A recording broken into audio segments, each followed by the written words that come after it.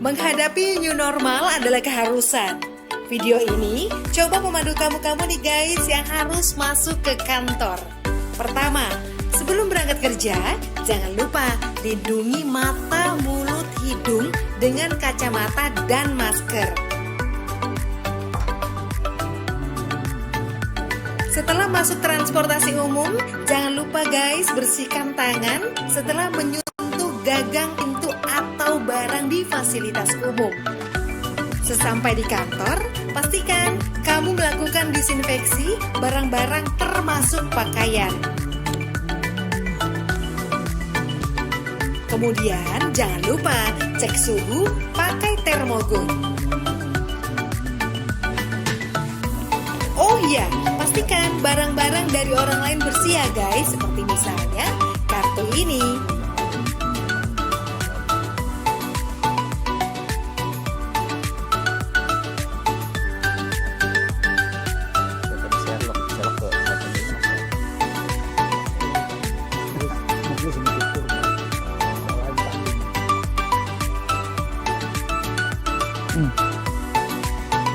Nah, saat menekan tombol lift, tidak menggunakan jari, melainkan pakai siku. Saat sampai di ruangan atau meja kerja, bersihkan kembali barang-barang secara detail. Ingat guys, barang Anda jangan diletakkan di lantai. Oh iya, sebelum beraktivitas, biasakan mencuci tangan ke toilet. Saat di toilet, ingat bukanya pakai siku. Kemudian saat di wastafel, buka atau tutup keran dengan siku. Di meja kerja sering banget nih kita menerima telepon. Ingat ya, bersihkan gagang teleponnya. Begitu pula saat kamu menerima paket atau dokumen atau juga uang. Pastikan guys dalam kondisi bersih dan pakai hand sanitizer. Begitupun saat kamu sedang meeting, jangan lupa jaga jarak aman minimal 1 meter, lebih baik lagi 2 meter.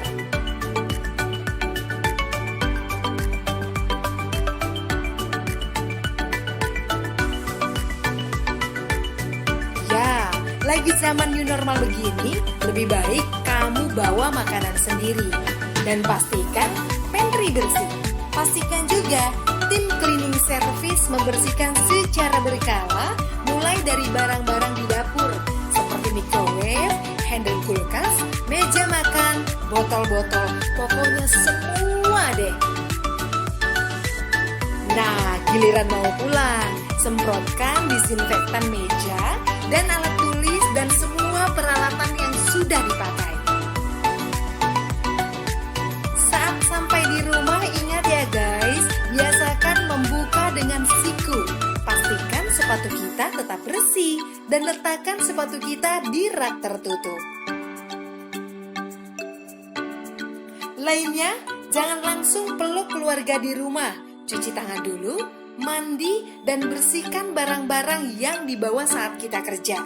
Ribet banget sih ya guys, tapi kita mesti biasakan dengan new normal ini, biar kita tetap bisa bekerja dan selamat.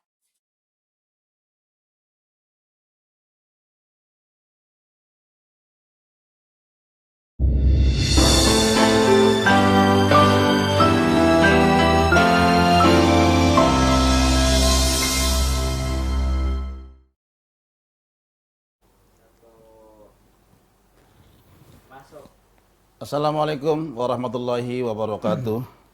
Pemirsa Sultan TV dimanapun Anda berada, jumpa kembali dengan saya Rosadi Pribadi dalam acara Tokoh Bicara. Pemirsa Sultan TV yang berbahagia, pada kesempatan kali ini kita akan bicara tentang Hari Raya Kurban, yaitu memetik hikmah berkurban di Hari Raya Idul Adha. Sebelumnya saya mengucapkan selamat Hari Raya Idul Adha 1441 Hijriah yang bertepatan dengan hari Jumat 31 Juli 2020. Mudah-mudahan bagi pemirsa yang berkesempatan berkurban pada tahun ini, ibadah kurban diterima oleh Allah Subhanahu wa taala. Amin. Pada kesempatan kali ini kita ditemani oleh Bapak Haji Saifullah Tahir SPDI, Beliau adalah pengurus Badan Koordinasi Pembentukan Provinsi Banten, sekaligus beliau ini adalah pengasuh Pondok Pesantren Tahfidz Quran Bina Umat Mandiri. Assalamualaikum Pak Saiful. Waalaikumsalam. Sehat Pak Saiful ya? Alhamdulillah. Sekarang lagi sibuk ngurus santri Pak ya? Insya Allah. Kemudian di samping Pak Haji Saiful Tahir ini adalah pengasuh dari Pondok Pesantren, yaitu pengajar juga memang pengasuh Pondok Pesantren Tahfidz Quran Bina Umat Mandiri, yaitu Bapak Khairul Imam. Assalamualaikum Pak Imam. Waalaikumsalam. Ya, sehat Pak Imam ya. Alhamdulillah sehat. Sekarang lagi sibuk ngurus santri. Insya Allah. Santri masih mukim di sana, belum pulang. Sekarang beberapa sudah ada yang kita hadirkan. Kita hadirkan ya. Pemirsa Sultan TV dimanapun Anda berada, kurban merupakan ibadah kepada Allah Subhanahu Wa Taala dengan memotong hewan. Kita akan menggali makna kurban itu sendiri, apa itu sebenarnya kurban, dan bagaimana sejarah kurban itu bisa ada. Pada kesempatan kali ini, saya akan pertanyakan kepada Pak Haji Saiful, Ustadz. Saya panggil Ustadz Haji Saiful Tahir ya, Pak Ustadz. Itu sejarah kurban itu seperti apa itu Pak? Silakan Pak. Bismillahirrahmanirrahim. Assalamualaikum warahmatullahi wabarakatuh. Waalaikumsalam. Warahmatullahi wabarakatuh. Kita panjatkan puji syukur kepada Allah Subhanahu wa taala atas segala perkenan sehingga pada hari ini alhamdulillah kami dapat bersilaturahmi ya bersama penggemar pemirsa Sultan TV yang di mana saja berada. Kemudian rasa syukur ini semakin bertambah karena kita diberi panjang umur oleh Allah untuk bisa bertemu dengan hari yang sangat akbar ini, yaitu Hari Raya Idul Adha. Kemudian berkenaan dengan kisah atau sejarah sebetulnya ya tentang makna kurban ini. Ini paling tidak ada tiga peristiwa penting yang terekam di dalam Al-Quran maupun As-Sunnah dalam hadis. Yang pertama yaitu peristiwa tentang bagaimana pengorbanan putra dari Nabi Adam alaihissalam, yaitu Qabil dan Habil. Ini terekam di dalam surat di dalam surat Al-Maidah pada ayat 27. A'udzu billahi as-sami'il 'alim minasy syaithanir rajim. Watlu 'alaihim naba'a bani Adam bil haqq. إذ قرب قربانا فتقبل من أحدهما ولم يتقبل من الآخر فتقبل من أحدهما ولم يتقبل من الآخر قال لأقتلنك قال إنما يتقبل الله من المتقين. Sampaikanlah wahai Muhammad kisah putra Adam yaitu Qabil dan Habil dengan sebenar-benarnya ketika mereka mempersembahkan kurban, maka diterima salah seorang di antara mereka yaitu kurban dari Habil dan tidak diterima korban salah satu di antara mereka yaitu kurban dari Qabil. Lalu Qabil berkata, aku akan membunuhmu, hai Habil. Lalu Habil berkata, sesungguhnya amalan yang diterima di sisi Allah adalah amalan orang-orang yang bertakwa. Ya, dari konteks ayat ini nampak jelas sekali bahwa Habil ini salah seorang hamba Allah ya yang memiliki nilai tingkat kesyukuran yang tinggi. Dia memiliki profesi itu sebagai peternak. Kemudian dengan keberkahan yang diberikan kepadanya, dengan adanya perintah berkorban itu kepadanya, kemudian dia bersegera untuk menyiapkan segala kurban yang terbaik. Nah, kemudian sementara kakaknya yang bernama Qabil ini, ya dia seorang punya profesi sebagai petani. Kemudian dia juga seorang hamba Allah, putra dari Nabi Allah Adam alaihissalam. Akan tetapi dia masih berpikir ya, bahwa sesungguhnya harta yang kita keluarkan ini akan mengurangi daripada harta yang kita dapatkan. Sehingga dia mempersembahkan kurbannya dengan apa adanya dari hasil pertaniannya itu. Maka tertolaklah kurban beliau. Jadi itu mungkin yang yang ini. Kemudian momentum yang kedua kaitannya dengan sejarah korban ini pada peristiwa Nabi Ibrahim alaihissalam beserta putranya Ismail alaihissalam. Ini juga terekam sebetulnya di dalam surat As-Saffat ya, pada ayat 102, mungkin bisa dibacakan. فَلَمَّا بَلَغَ السَّعْيَ قَالَ يَا بُنَيَّ إِنِّي أَرَى فِي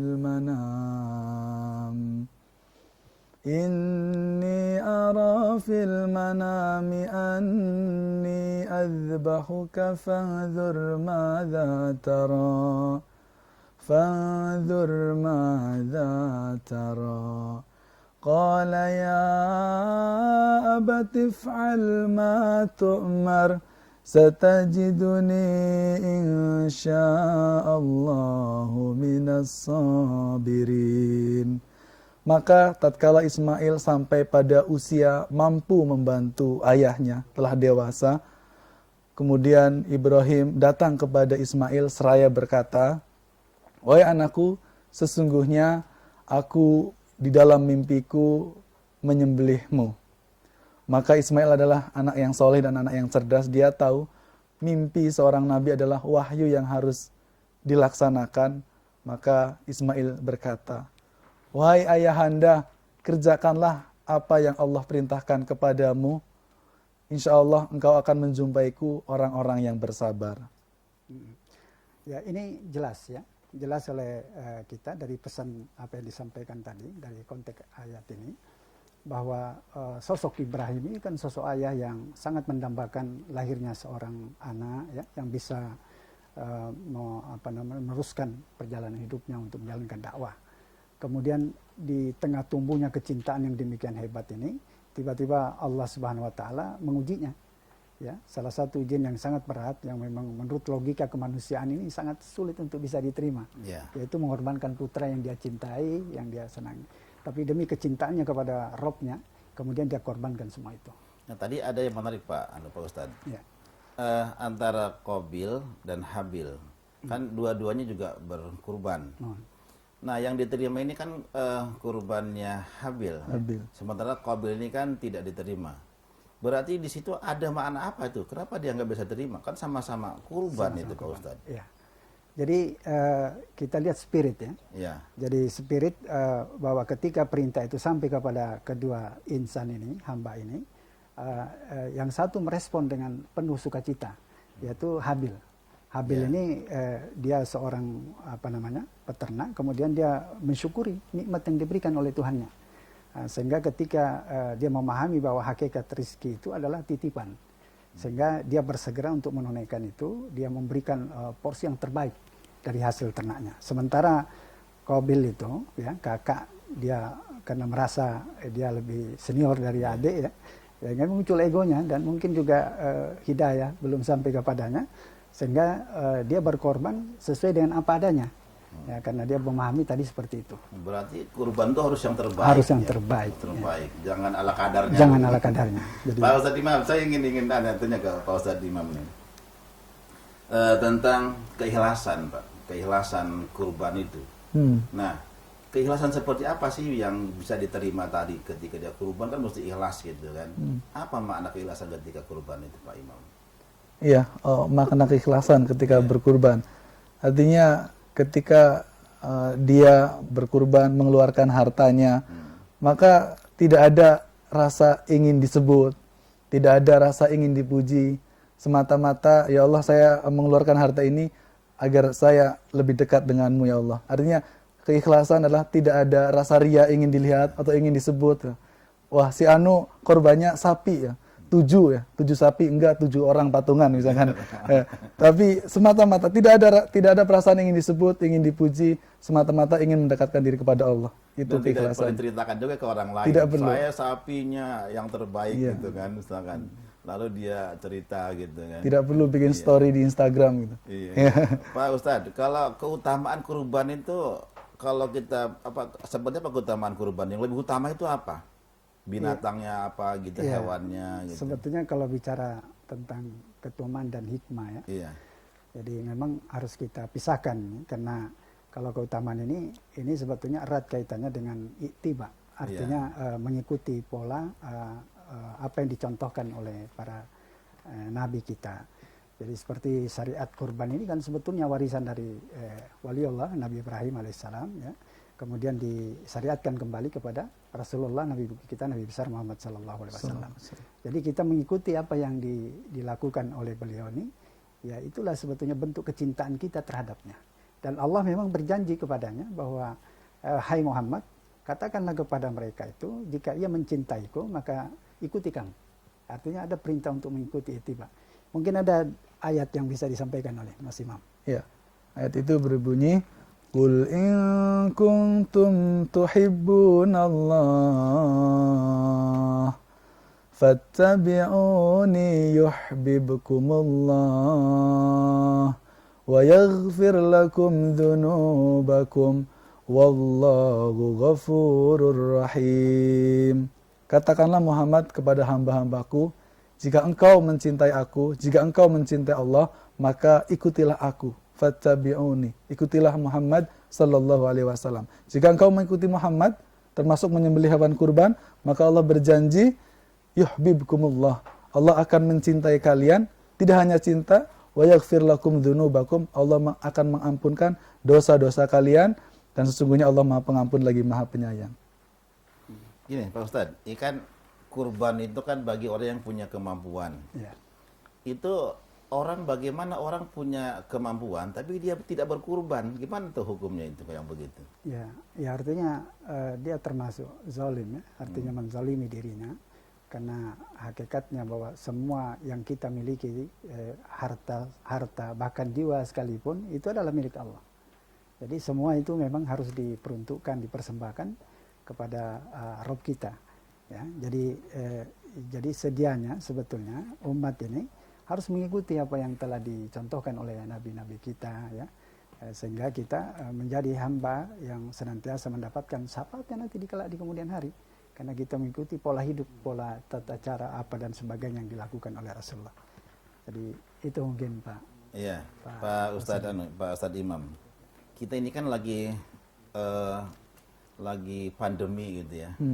Lagi pandemi, jadi memang kita ini memang lagi katakanlah lagi susah gitu. Nah, makna kurban di masa pandemi ini seperti apa Pak Imam itu? Baik ya, mungkin bagaimana mengaitkan tentang spirit berkurban dengan kondisi pandemi seperti ini. Yang pertama, orang yang berkurban tentu orang yang momen untuk menumbuhkan rasa kepedulian, spirit kepedulian. Seseorang yang memiliki harta lebih, dia sisihkan untuk membeli hewan kurban, lalu dagingnya akan dirasakan oleh orang-orang yang mungkin tidak mampu. Maka rasa peduli ini seharusnya tetap dijaga, tidak berhenti hanya setelah selesai Id berhenti, tapi dijaga. Setelah itu upaya untuk berkorban, peduli itu tetap dijaga. Masih banyak orang-orang yang mungkin putus pekerjaannya, orang-orang yang tidak mampu, maka ayolah orang-orang yang memiliki kelebihan harta, buatlah mungkin 1 bulan 10 bingkisan, ada beras, ada minyak, korbankanlah itu. Itu artinya momen untuk semakin menguatkan rasa kepedulian itu. Begitu. Pak Ustadz Haji Saiful. Kurban itu kan maknanya qorib, dekat gitu ya. Makna kedekatan apa sih apa kedekatan dengan Allah, apa kedekatan dengan insan yang dimaksud dekat di situ Pak Ustadz? Saya kira keduanya, ya. Keduanya. Ya, artinya qorib di sini adalah kedekatan yang sempurna sebetulnya kepada Tuhannya. Artinya bagaimana dia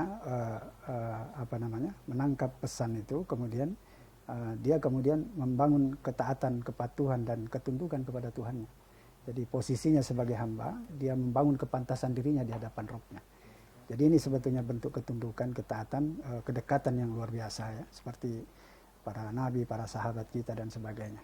Nah, jadi itu sebetulnya yang berkaitan dengan kedekatan. Kemudian kaitannya dengan sesama, karena ini kurban juga mengimplementasinya terhadap kepedulian sosial. Jadi ada hablum minallah dan hablum minan nas. Jadi ya kita berhak untuk memberikan berbagi terhadap sesama dalam rangka membantu keluarga dan saudara-saudara kita yang tidak mampu. Mengenai berbagi itu ke siapa saja itu Pak Ustadz itu? Ini yang berhak atau ke boleh nggak ke umat di luar muslim itu? Ya, sesungguhnya berbagi ini memang ada 3 peruntukannya. Pertama kepada yang si korban, ya, yang melakukan pengorbanan itu, ia juga berhak untuk menikmati apa yang dia korbankan. Ya minimal tidak melebihi dari 1/3 dari keseluruhan itu. Kemudian sisanya itu bisa disedekahkan ya kepada kerabat-kerabat yang dekat dan sebagainya. Yang lebih penting juga ini sebagai siar agama kita ini, itu nggak ada salahnya kita juga hadiahkan kepada saudara-saudara kita yang di luar Islam. Ya, dalam rangka memberikan siar bahwa agama ini adalah agama yang cinta, yang penuh dengan rahmat, penuh dengan kasih sayang. Jadi rahmatan lil alamin. Rahmatan lil alamin. Kalau Pak Ustadz Imam, tadi kan kurban itu kan boleh dibagi-bagi dagingnya itu, kan gitu kan. Nah, daging kurban itu bagaimana tuh? Ada orang tuh yang dimasak dulu kemudian dibagi gitu. Boleh nggak begitu tuh? Atau daging mentahnya kalau dibagi-bagi? Ya, itu adalah ini ya, artinya persoalan teknis itu kan. Oh, teknis. Artinya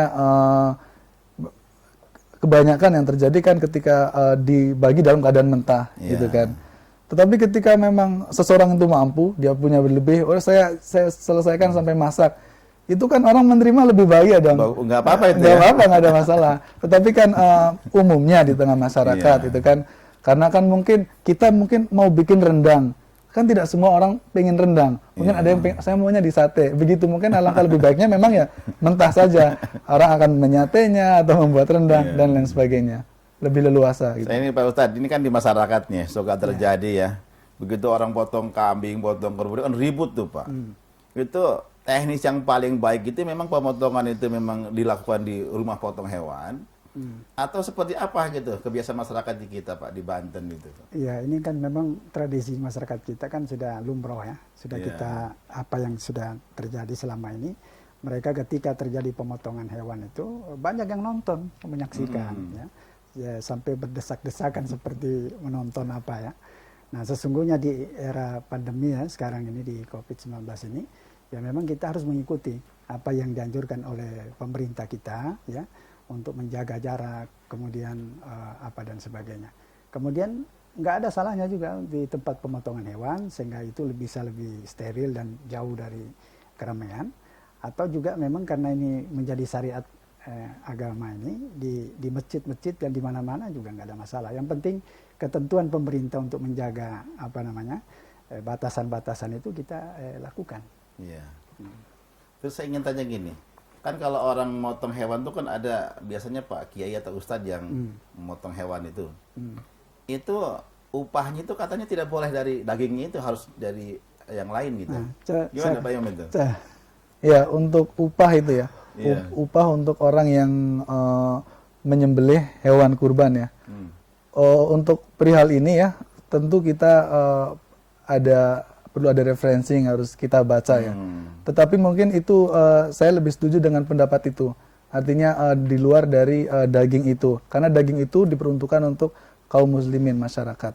Itu karena itu berbeda jasa ya. Iya, jadi upahnya tersendiri jangan dari daging itu. Iya. Pemirsa Sultan TV dimanapun Anda berada, masih banyak pertanyaan yang akan saya sampaikan kepada dua narasumber ini, yaitu Ustadz Haji Saiful Tahir, kemudian Ustadz juga Ustadz Imam, tentang bagaimana kalau kita berkurban hasil menghutang. Sebelum kita lanjutkan, jangan kemana-mana, tetap di Tokoh Bicara.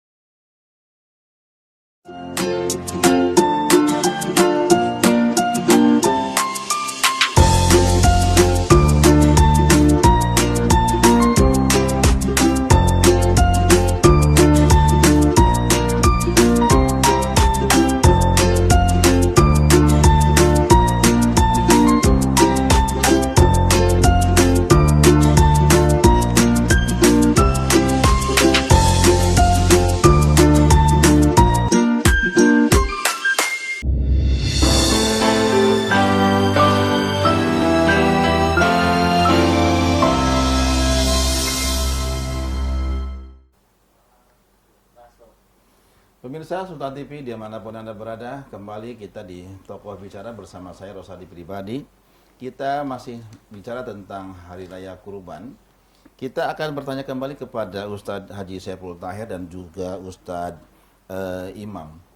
Pak Ustadz, ada amalan-amalan ketika Idul Adha itu, amalan-amalan apa saja yang kira-kira bagus gitu ya, yang utama lah gitu. Ya. Apa kira-kira Pak Ustadz? Ya, jadi amalan spesifik. Iya, iya. Jadi amalan spesifik yang sebetulnya dilakukan oleh Rasulullah Sallallahu Alaihi Wasallam itu beliau bangun pada malam hari, kemudian beliau mandi besarnya, artinya menghilangkan hadas kecil dan hadas besarnya. Kemudian beliau berpakaian yang terbaik, jadi pakaian yang terbaik dengan menggunakan wangi-wangian. Kemudian beliau tidak makan pada pagi hari sebelum proses penyembelihan itu dilakukan. Nah, berbeda kalau hari raya Idul Fitri itu kebalikannya, ya. Artinya disunahkan makan dulu baru kemudian pergi ke masjid. Kemudian ketika mendatangi masjid itu disunahkan oleh Rasulullah supaya dia berjalan kaki, ya. Karena langkahnya itu bisa menggugurkan dosa dan menambah pahala. Nah, begitu juga yang lebih penting juga bahwa bagaimana kita bisa menggiring seluruh anggota keluarga untuk bersegera semuanya datang berkunjung ke masjid. Ya, baik kaum wanita yang memiliki halangan, ya, dia bisa berada di pekarangan masjid, ya, nggak perlu masuk. Tapi yang terpenting adalah dia bisa mendengarkan ceramah, karena khutbah isi itu adalah merupakan nasihat bagi kita. Iya, iya. Ya, itu. Nah, ada yang Pak Ustadz. Kalau di Idul Fitri itu kan setelah hari raya itu kan kita disunahkan puasa tuh, puasa Syawal. Ya. Nah, kalau setelah Idul Adha itu katanya diharamkan ya Pak Ustadz ya? Ya. Jadi kalau Idul Fitri ya kita kan ada puasa sitan, ya, 6 hari setelah Syawal itu. Kalau hari raya Idul Adha ini malah diharamkan. Ya, kenapa? Karena hari tasyrik itu tanggal 11, 12 dan 13 itu ya nggak boleh. Karena itu masa yang harus kita nikmati, ya, hasil kurban itu. Ya, kecuali di tanggal ini 8 ini, tanggal 8, tanggal 9 ini memang kita disunahkan. Disunahkan untuk berpuasa. Ya, untuk berpuasa. Jadi itu mungkin. Ya. Pak Ustadz Imam, Ya. tadi saya sebelum break tadi, saya ada pertanyaan tentang bagaimana ketika orang berkurban tapi uangnya dapat utang. Gimana tuh hukumnya Pak Ustadz Imam? Baik, ya. Berhutang untuk kurban. Ya. Maka kalau kami melihat pendapat dari para ulama, ada dua kondisi. Ya. Kondisi yang pertama adalah dia diperbolehkan, boleh berhutang untuk kurban, dengan catatan, ya, orang yang berhutang ini memiliki kemampuan untuk mengembalikan uang itu. Dia punya perhitungan. Ya, misalkan dia seorang PNS, ya seorang karyawan, dia punya gaji tetap. Mungkin pas di bulan Juli akhir, pas bulan ini dia pas angsuran, pas bayar pajak, pas bayar semester, itu 10 juta gajiannya habis semua tuh, ya kan? Dia punya gaji 10 juta per bulan, ya kan? Dan di saat ini udah nggak ada sisa karena untuk angsuran tadi. Tetapi di bulan Agustus kan dia akan mendapat gaji lagi dan tidak akan keluar sebanyak itu. Maka orang yang seperti ini layak, ya. Artinya yang menjadi garis besar adalah dia memiliki kemampuan untuk mengembalikan itu. Kemudian kondisi yang kedua tidak diperbolehkan, yaitu ketika orang tersebut tidak memiliki kemampuan untuk mengembalikan. Artinya bebannya udah banyak, ya, udah banyak utangnya. Maka yang terpenting adalah selesaikan dulu amanahnya. Karena Allah menghendaki kita tidak membebani di luar batas kemampuan. Itu mungkin. Ya, Pak Ustadz. Ada Pak Ustadz Haji Saiful, saya ingin juga. Itu kalau kurban kambing itu kan peruntukan buat 1 orang. Nah, kalau sapi itu buat 7 orang. Nah, bagaimana kalau kita kurban sapi tapi tidak 7 orang gitu? Karena dia patungan dulu tuh, patungan 5 orang. Akhirnya dia kebeli sapi. Nggak gimana tuh hukumnya, Pak? Ya, saya kira ketentuan fikih kita kan memang seperti itu, Iya. ya, bahwa kambing itu untuk 1 orang, kemudian untuk sapi ini bisa untuk 7 orang, dan itu ukuran maksimal. Artinya bagaimana kalau terjadi sebaliknya, ya? Artinya dia tidak mencapai sampai 7 orang, apakah dibolehkan? Saya kira tidak ada masalah. Selama ke-4 orang atau 2 atau 3 orang ini memiliki kemampuan untuk bisa membeli hewan kurban yang dimaksud ini. Yang nggak mungkin itu kalau lebih dari 7 orang misalnya, 8 orang atau 9 orang. Karena itu ada batasan maksimal, kemudian batasan minimalnya ya terserah. Jadi saya kira mungkin itu yang bisa saya sampaikan. Ada teman Pak Ustadz Imam? Ya, jadi tadi sudah cukup jelas ya. Kalau untuk satu domba atau kambing itu dari 1 orang. Tapi kalau untuk sapi dari 1 orang boleh. Tetapi di sini para sahabat mencontohkan ya, mereka bareng-bareng iuran ya, bahasanya 7 orang. Nah, karena ini pelaksanaan agama, maka kita harus sesuai dengan contohnya. Orang-orang terbaik. Jadi 7 itu adalah angka maksimal. Ketika dilakukan untuk sapi ini 3 atau 5 orang, maka ulama sepakat itu diperbolehkan. Karena 1 orang aja boleh ya kan. 7 itu adalah batas maksimal. Batas maksimalnya. Ini Pak Ustadz Pak Saiful. Ada orang berkurban itu diperuntukannya orang yang buat amal itu buat orang yang sudah meninggal. Itu gimana tuh Pak hukumnya itu? Ya ini memang ada ikhtilaf juga di kalangan para ulama. Ada yang membolehkan ya bahwa selama keluarga yang berkorban ini adalah tidak ada unsuriyah. Artinya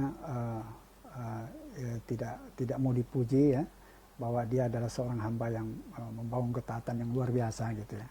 Tapi sesungguhnya mayoritas juga ulama kita ya sesungguhnya tidak ada masalah karena itu adalah bagian dari keluarga.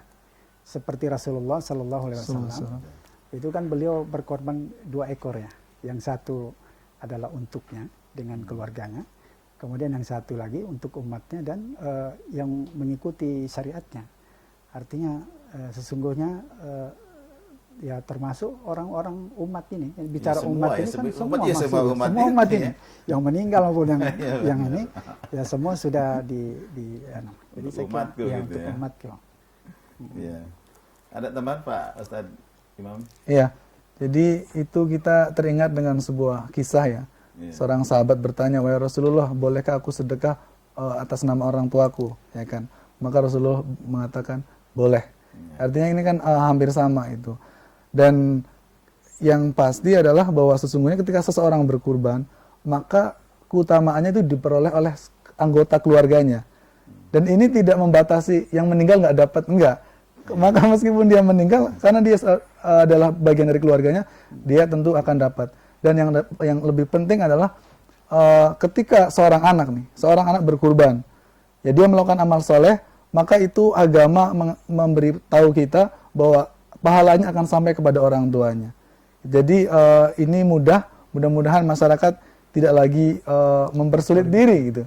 Ketika mampunya satu ya kan, insya Allah semuanya akan mendapatkan keutamaannya. Iya. Saya ingin flashback tadi sejarah kurban tadi Pak Ustadz Saiful dengan Ustadz Imam tentang Nabi Ibrahim menyembelih Nabi Ismail. Itu kan sejarah kurban, kemudian ketika disembelih itu jadilah kambing, domba gitu. Tetapi sebelum disembelih itu ada tahapan-tahapan itu kan digoda dulu oleh setan. Setelah digoda itu kemudian dilempari itu si setan tadi, kemudian itu makna haji itu adalah kemudian lempar jumroh itu. Itu gimana ceritanya Pak Ustadz tentang lempar jumroh itu? Iya, artinya yang melempar jumroh ini kan artinya melempar godaan ya, yang menggoda keluarga Nabi Ibrahim, ya, mulai dari pintu belakang ya, dari ibunya, istrinya, kemudian Nabi Ibrahim sendiri ya. Tapi karena ini adalah merupakan hamba Allah yang senantiasa tunduk dan taat pada perintahnya, dan kecintaannya Nabi Ibrahim ya, termasuk Nabi Ismail yang terbimbing oleh ayahnya yang soleh, sehingga dan istrinya juga semuanya begitu. Ini sebuah keluarga yang sangat ideal. Jadi memang patut kita teladani ya dalam kehidupannya beliau, sehingga ini yang ini. Jadi bagaimana sebetulnya mengikis itu godaan-godaan itu kita buang. Ya sama dengan berkorban itu memotong hewan itu kan ya sesungguhnya itu kan mengikis sifat-sifat karakter kehewanan manusia yang ada pada dirinya, ya sifat rakus ya, kemudian tamak ya. kemudian apalagi sifat-sifat kebinatangan itu. Jadi sama dengan melempar itu adalah makna simbolik. Jadi Artinya melempar mengusir, kejahatan yang ada di melempar kita kejahatan juga yang ada pada sebenarnya. kita, dan sekaligus juga mengusir itu godaan-godaan itu, Godaan-godaan itu. baik internal maupun eksternal di pribadi masing-masing. Waktu pengalaman haji gimana tuh, melempar jumroh itu orang sampai teriak-teriak Allahu Akbar gitu, itu bayangannya seperti apa itu Pak? Nah ya, artinya kita juga memang secara spirit itu harus mengenali sejarah, Iya. bahwa apa yang kita lakukan itu punya makna filosofi yang mendalam. Jadi begitu kita melempar jumroh, ya, itu terbayang oleh kita, ya, sosok bunda kita, ya, yang sangat kita cintai. Dia berjuang, dia ditinggalkan di tengah-tengah padang pasir yang tandus, yang kemudian dia rela ditinggalkan begitu saja tanpa perbekalan yang memadai, ya. Sehingga secara kemanusiaan sesungguhnya ini sangat tidak manusiawi, tapi karena ini memang bentuk ketaatan dan perintah kepada Tuhannya, sehingga kalau memang ini adalah perintah dari Rabbmu, wahai Ibrahim, lanjutkan perjalanan kamu. Nah, sehingga dia rela untuk melakukan itu.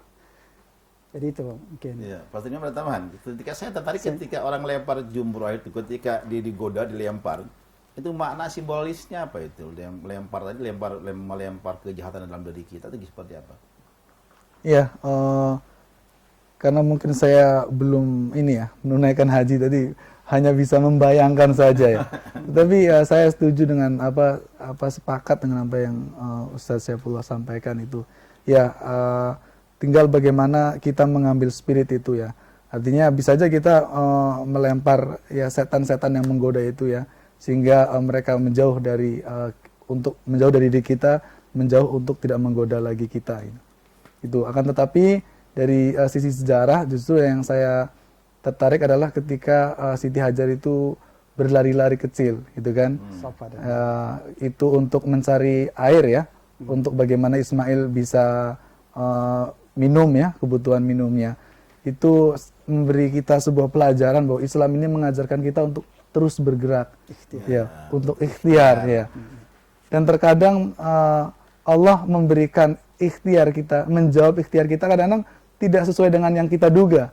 Kan ternyata air itu keluar dari pukulan kaki Ismail ya. Air itu keluar ya. Tetapi kita tidak lupa bahwa itu muncul ketika Siti Hajar ini beliau berikhtiar ya kan, ke tempat ini ya kan, bolak-balik itu.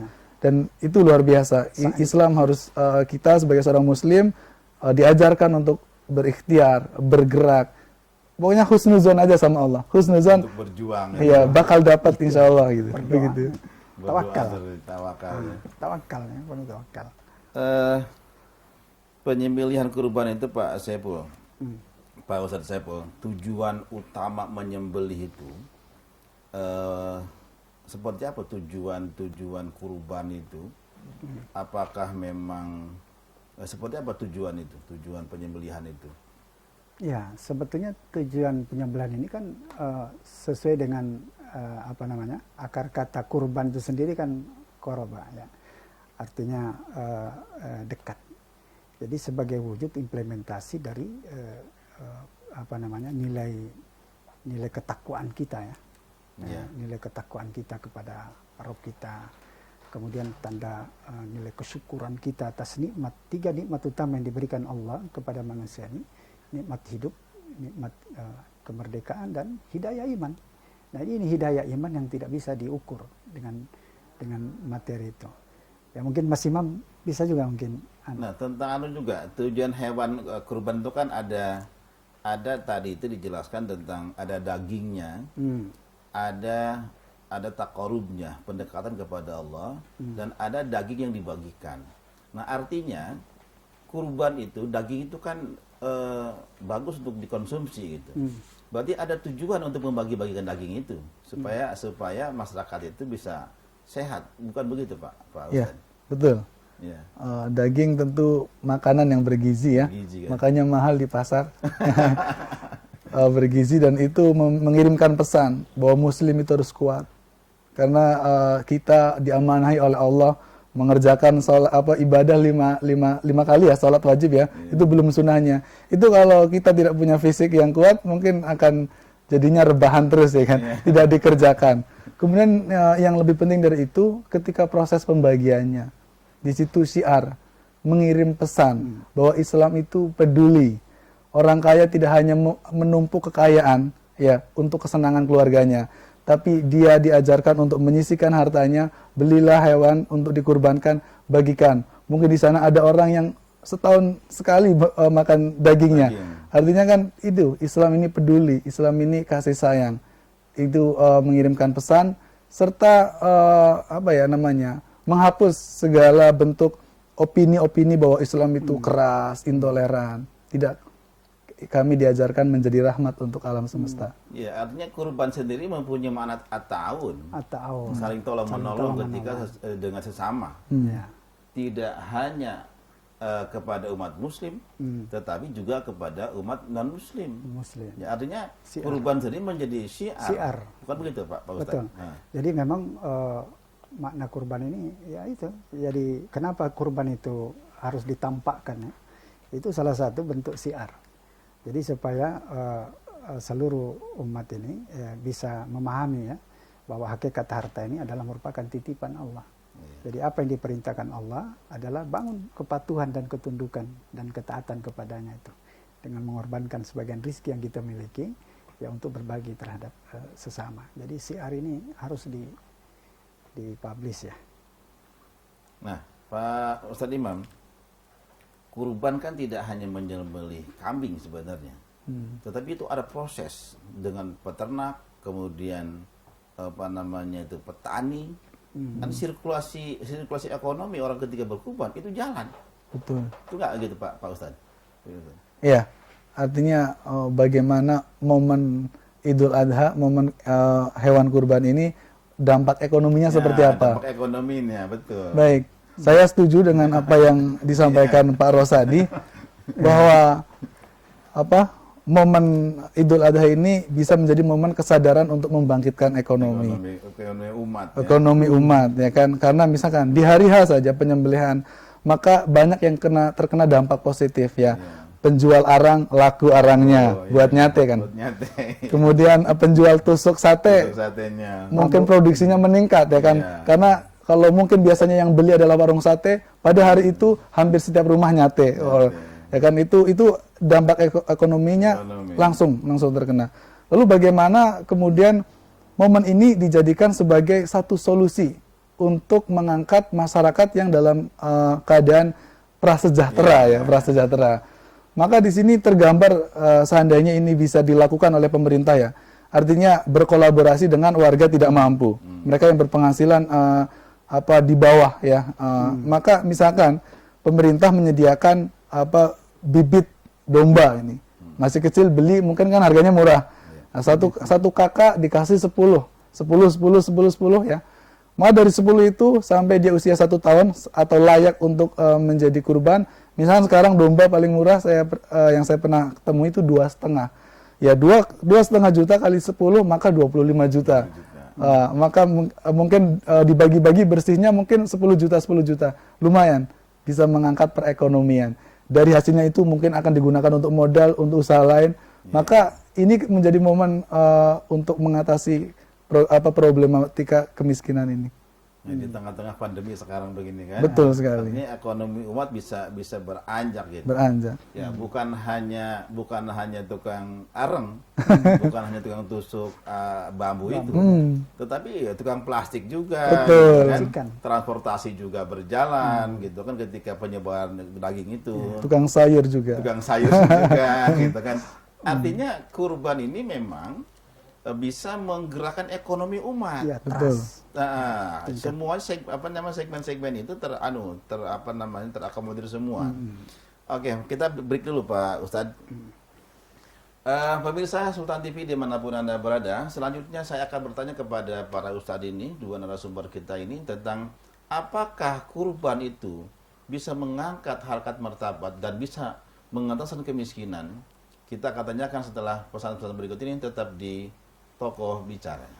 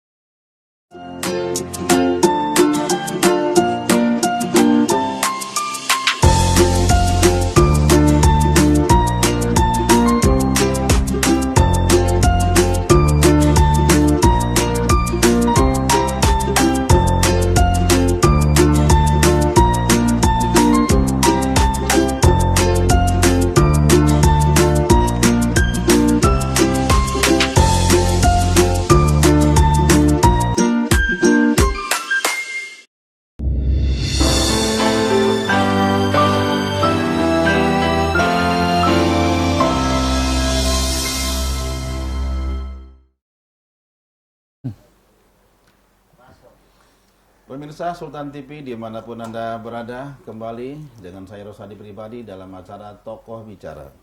Pada season terakhir ini, saya akan mempertanyakan kepada dua narasumber kali ini tentang apakah kurban itu bisa mengatasi kemiskinan. Maka saya akan bertanya kepada Pak Ustadz Saiful Tahir dan Ustadz Imam. Pak Ustadz, kurban itu kan hanya menyembelih kambing atau menyembelih domba atau menyembelih sapi atau kerbau. Itu dampak ekonomi kepada masyarakat itu begitu luar biasa. Apakah dengan kurban ini bisa mengatasi kemiskinan, Pak Ustadz? Silakan, Pak. Ya, saya kira ini sangat dimungkinkan ya, karena makna kurban itu sebetulnya ada dua spirit. Ya. Jadi spirit yang pertama itu adalah bahwa kita diperintah untuk berkorban ya, kemudian dari hasil korban itu kemudian akan dibagikan ya kepada masyarakat kita.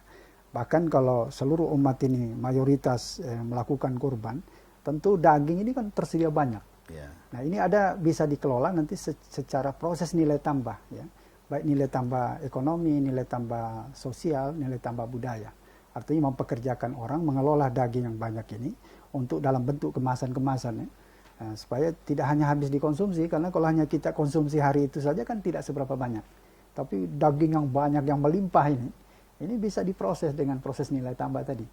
Nah, terus yang kedua, ada spirit yang kedua, ya artinya spirit yang tersurat ya, artinya yang tadi yang bersifat taktis. Jadi ada yang bersifat strategis sebetulnya adalah ya bagaimana membangkitkan gerakan kepedulian.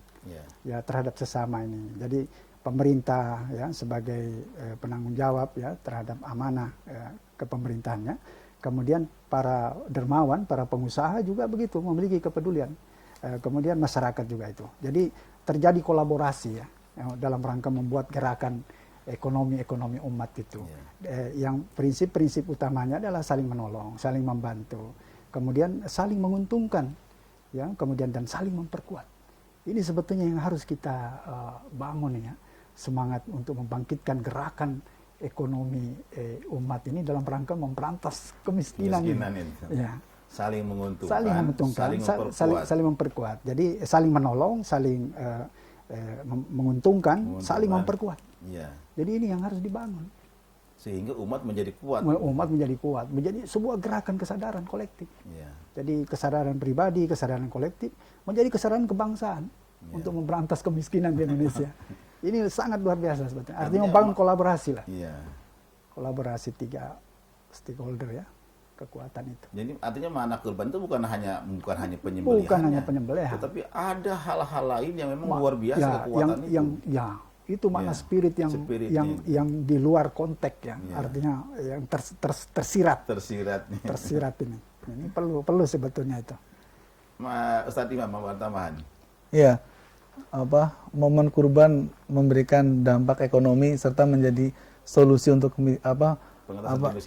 mengentaskan ya. Bukan menguatkan ya. Mengkhawatirkan. Ya, jadi sebenarnya terkadang kita hanya melihat pada momen itu saja. Idul Adha, Idul Kurban mah cuma penyembelihan bagi-bagi. Ada sesuatu yang tidak dilihat, yaitu sebuah proses yang panjang.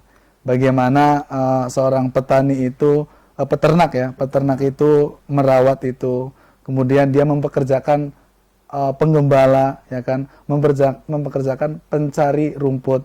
Itu semua adalah ada nilai ekonomi dan bisa menjadi solusi untuk menyelesaikan masalah kemiskinan ini. Maka ketika ini dimaksimalkan, ya, pemerintah kan punya data, ya kan. Dalam satu momen itu berapa yang di Kota Serang ya? Berapa nih ya? Ada domba berapa? Oh, domba 1 juta disembelih ya kan. Kambing sapi 500.000 ya kan. Setelah dipikir-pikir, wah, ini banyak yang dari luar ini. Kenapa kita nggak bikin dari sendiri aja? Tapi dari Australia. Dari Australia misalkan, ya kan? Kenapa nggak dari NTB? Kota dari kita, dari Banten juga masih luas, Banten kan? Kayak kurang lahan aja, kayak kurang rumput aja, ya kan? Gak boleh ya kan? Idul Adha tahun depan semua harus dari dalam, ya kan?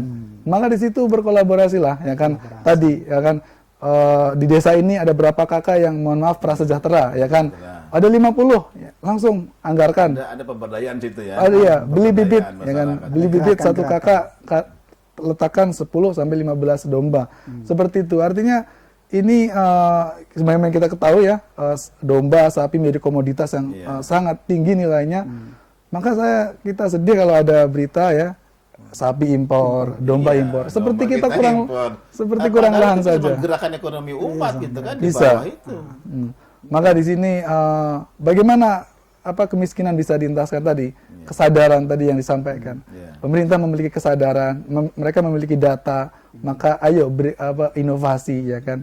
Kemudian mungkin para pengusaha ya, mungkin pemerintah punya kendala, mungkin waduh nggak ada anggaran ke situ ya, kolaborasi dengan para pengusaha. Lalu tentu masyarakat ini yang membutuhkan, mereka bisa terangkat. Mungkin itu gambarannya. Jadi saya lihat memang tadi kata Pak Ustadz Saiful tadi ada penguatan, kemudian juga ada kekuatan di situ ketika umat bergerak, bahkan ketika peternak juga diuntungkan, petani juga diuntungkan, kemudian pedagangnya juga diuntungkan. Artinya memang walaupun hanya kurban, tetapi sirkulasinya ini luar biasa gitu Pak ya. Iya, karena memang korban ini ya di samping membangun kesolehan, ya, artinya bagaimana hidup ini soleh, ya, bersih hidup, kemudian jujur, amanah. Ya. Di samping itu juga memang kita diberi spirit untuk berkinerja, jadi harus bergerak. Nggak boleh kita soleh tapi malas ya. Jadi agama Nabi kita ini mencontohkan tidak seperti itu. Nabi dari kecil beliau sudah mengembala kambing. Ya.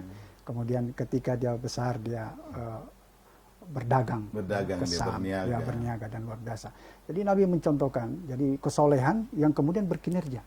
Jadi jangan kita berhenti di situ aja, yang membangun kesolehan itu. Berarti kesolehan itu bukan berdiam diri di masjid, tetapi dia bagaimana bergerak di lapangan. Bergerak. Fantasiru. Ya, karena alam ini kan sudah diserahkan. Betul. Nah, untuk kita kelola, untuk kita pelihara, untuk kita jaga, untuk kita tumbuh kembangkan, ya, agar kita bisa ambil manfaatnya, ya, kita atur kegunaannya, ya, kemudian kita bangun masa depan yang lebih baik gitu. Dan bahkan ada sahabat Nabi itu yang sering di masjid itu ya Pak Ustadz ya, pernah dimarahin sama Rasul kan? Ya. Gimana ceritanya itu? Pernah dengar nggak ceritanya? Ya, itu lebih tepatnya oleh Umar bin Khattab. Umar bin Khattab ya. Seorang pemuda ya kan, menghabiskan waktunya hanya di masjid. Ya.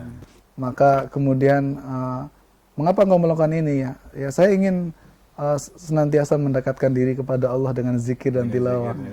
Kemudian Umar bin Khattab menyadarkan bahwa kehidupan bukan hanya pada di situ saja. Di sisi lain ya, kita harus bermanfaat ya kan. Kita harus menyiapkan diri untuk mampu menjadi orang yang bisa menafkahi. Dan setiap muslim diajarkan oleh Rasulullah untuk mempunyai misi ya, yaitu kita menjadi manusia yang bermanfaat. Khairunas anfa'uhum linas ya, manusia terbaik adalah yang paling bermanfaat. Maka momen Idul Adha ini kita adalah momen untuk bermanfaat ya. Dari harta kita bermanfaat, dari tenaga kita bermanfaat. Itu menyadarkan banyak hal kebaikan kita peroleh dari momen Idul Adha ini. Iya. Jadi makna manfaat sendiri itu luar biasa Pak Ustadz Saiful. Luar biasa.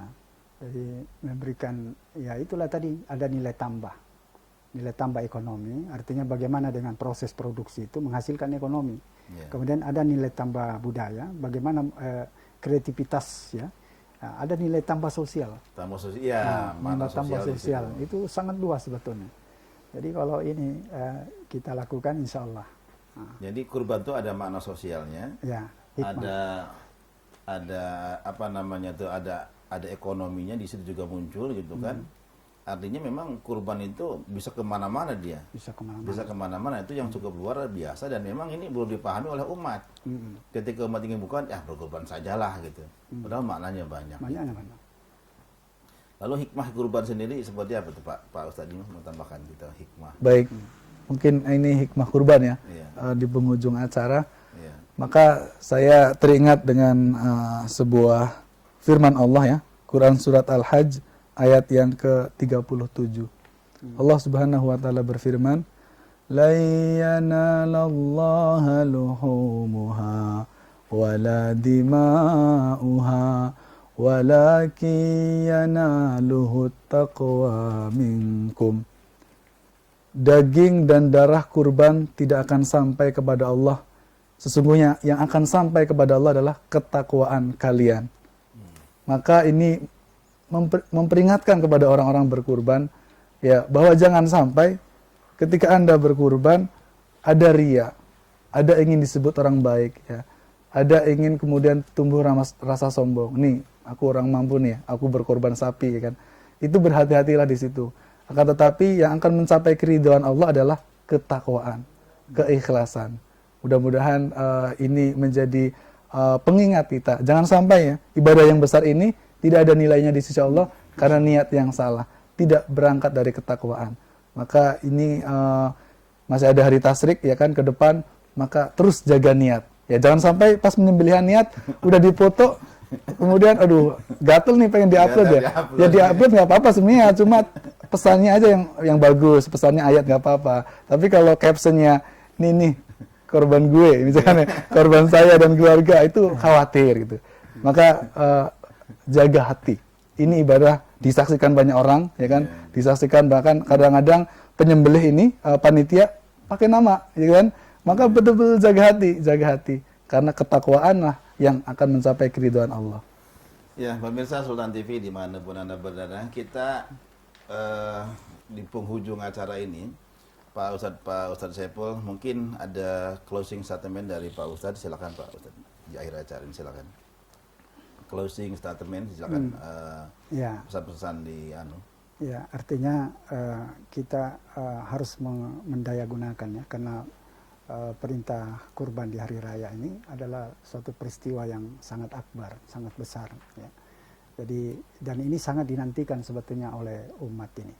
Jadi sayang kalau kesempatan yang akbar ini, yang besar ini ya, tidak kita gunakan, tidak kita sambut dengan penuh ketaatan, kepatuhan dalam rangka membangun kepantasan diri kita, baik posisi kita sebagai hamba maupun posisi kita sebagai khalifah yang diberikan amanah oleh Allah untuk membangun masa depan yang lebih baik. Itu mungkin dari. Ya, silakan Pak Ustadz Imam untuk closing. Ya. Penutup acara, silakan kepada pemirsa. Kita teringat pada kisah Ibrahim. Ya. Ya, ketika diperintahkan untuk menyembelih putranya, seorang putra yang telah dinantikan. Bahkan saking menantikan kehadiran Ismail, doa Ibrahim ini diabadikan. Robbi habli minas solihin. Ya Allah, karuniakanlah kepadaku anak yang soleh. Ya, dalam sebuah riwayat, ya Ismail hadir itu ketika 80 tahun Nabi Ibrahim menunggunya. Ya, tapi apa yang terjadi? Ibrahim memberikan kita keteladanan, ya, bahwa kecintaan kita seorang hamba kepada Allah adalah di atas segala-galanya. Ya, maka malam itu Ibrahim bermimpi, ya, maka di hari itu langsung beliau sampaikan, nggak dipikir-pikir, langsung, wahai Ismail, aku bermimpi, di mimpi itu aku menyembelihmu. Ismail anak yang soleh dan anak yang cerdas, mimpi seorang nabi adalah wahyu yang harus dilaksanakan. Maka apa yang dikatakan Ismail? Ya, wahai ayahanda, kerjakanlah apa yang Allah perintahkan. Ya, kemudian insya Allah aku adalah orang yang sabar. Ismail juga memperingatkan kita kepada ibundanya ketika ditinggal, ya, ketika ditinggalkan Ibrahim yang Ustadz ceritakan, sama, ya, ibundanya juga sama. Ya, beliau ketika resah, ya, kenapa engkau melakukan ini? Kenapa engkau meninggalkan kami?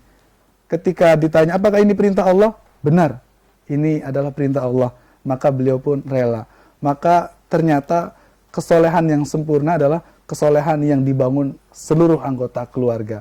Maka momen Idul Adha ini harusnya menjadi momen muhasabah diri.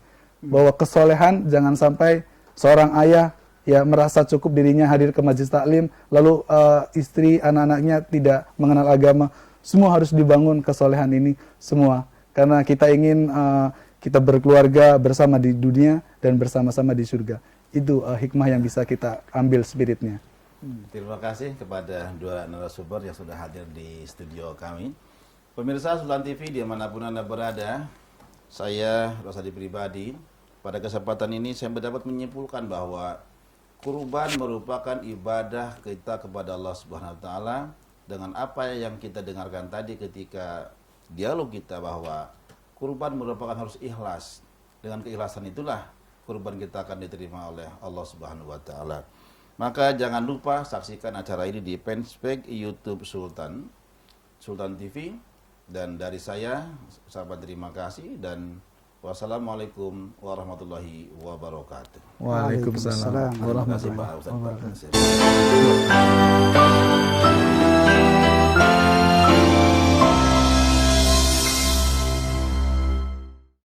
Buat kamu yang harus berkantor di tengah COVID-19, menghadapi new normal adalah keharusan.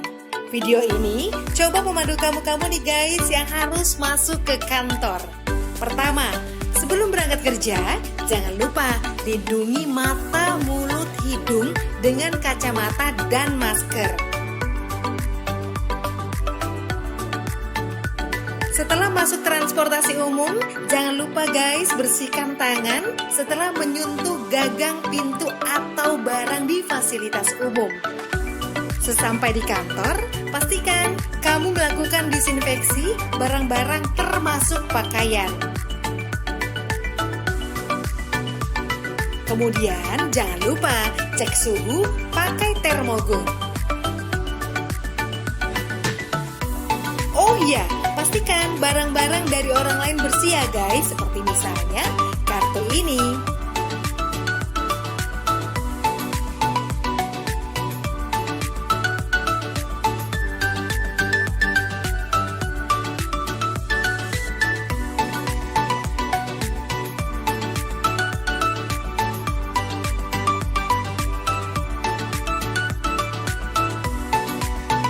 Nah, saat menekan tombol lift, tidak menggunakan jari, melainkan pakai siku.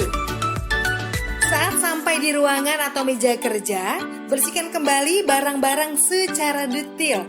Ingat guys, barang Anda jangan diletakkan di lantai. Oh iya, sebelum beraktivitas, biasakan mencuci tangan ke toilet. Saat di toilet, ingat bukanya pakai siku. Kemudian saat di wastafel, buka atau tutup keran dengan siku. Di meja kerja sering banget nih kita menerima telepon. Ingat ya, bersihkan gagang teleponnya. Begitu pula saat kamu menerima paket atau dokumen atau juga uang. Pastikan guys dalam kondisi bersih dan pakai hand sanitizer.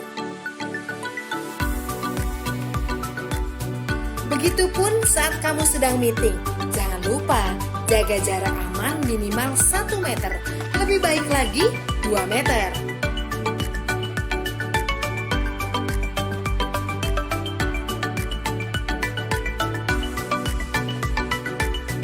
Ya, lagi zaman new normal begini, lebih baik kamu bawa makanan sendiri. Dan pastikan pantry bersih.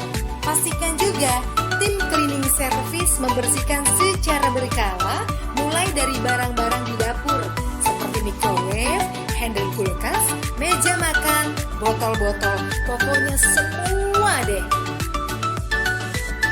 Nah, giliran mau pulang, semprotkan disinfektan meja dan alat tulis dan semua peralatan yang sudah dipakai. Saat sampai di rumah, ingat ya guys, biasakan membuka dengan siku. Pastikan sepatu kita tetap bersih dan letakkan sepatu kita di rak tertutup. Lainnya, jangan langsung peluk keluarga di rumah. Cuci tangan dulu, mandi, dan bersihkan barang-barang yang dibawa saat kita kerja. Ribet banget sih ya guys, tapi kita mesti biasakan dengan new normal ini biar kita tetap bisa bekerja dan selamat.